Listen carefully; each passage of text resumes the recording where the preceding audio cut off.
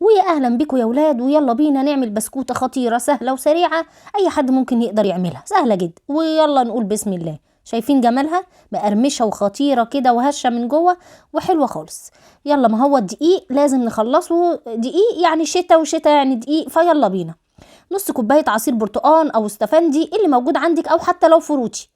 هحط عليها نص كوبايه سكر ونص كوبايه سمنه على زيت، وهضربهم كده بالمضرب اليدوي زي ما احنا شايفين. وحبه فانيليا بالبرتقان، بطعم البرتقان دي مفيش يبقى فانيليا عاديه. 3 كوبايات دقيق، معلقتين كبار نشا، معلقه كبيره بيكنج باودر، وهقلب الكلام ده كله. هنزل ده على ده زي ما احنا شايفين كده، وبعدين الم العجينه بقى بايدي. بس كده، شفتوا اسهل من كده؟ حاجه سهله خالص وحلوه، تنفع بقى على الفطار كده جنب كوبايه الشاي بلبن بالليل وانت قاعده تقزقزي فيهم، خارجه رايحه في حته تديهم للولاد في اللانش بوكس. المهم ان هو سهل وبسيط وحلو قوي. لميت العجينه بايدي يا ولاد زي ما احنا شايفين، وفردتها ما بين كيسين، وبعدين قطع كده زي ما احنا شايفين بالكوبايه.